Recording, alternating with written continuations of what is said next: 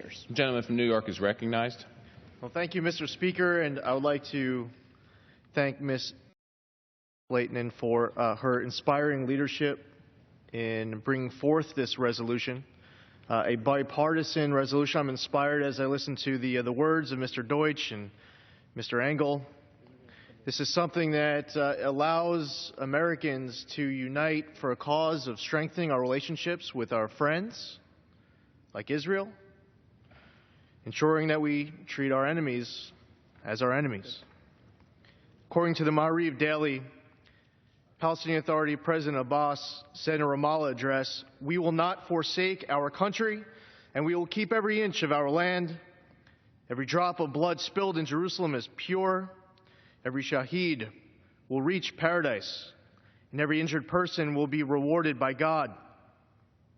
Palestinian Authority President said he would insist that a future Palestinian state include East Jerusalem as its capital.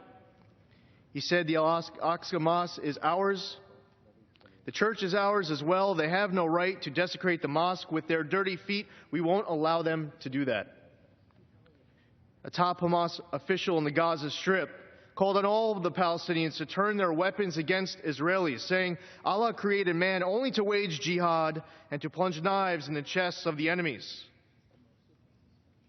We hear a lot of talk about the pursuit of a viable two-state solution. It's not just about Israel recognizing the Palestinians' right to exist. It's also about the Palestinians recognizing Israel's right to exist. And the Palestinian Authority, by the day, is under more and more influence of an element that will not rest until the other side is wiped off the map.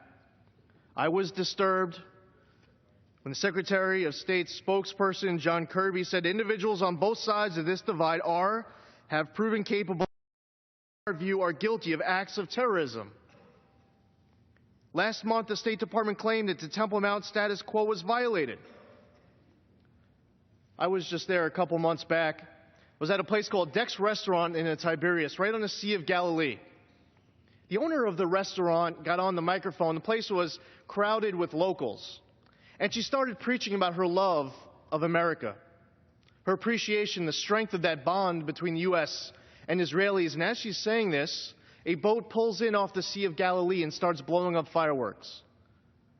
As the fireworks start blowing off, they start playing God Bless America over the loudspeaker.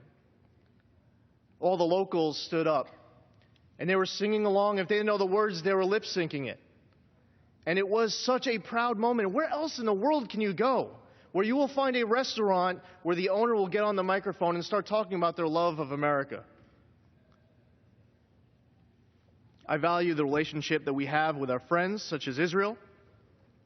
We didn't see the Israeli Prime Minister going on to international TV trying to embarrass the President of the United States after there was an errant hospital strike, which the President took responsibility for.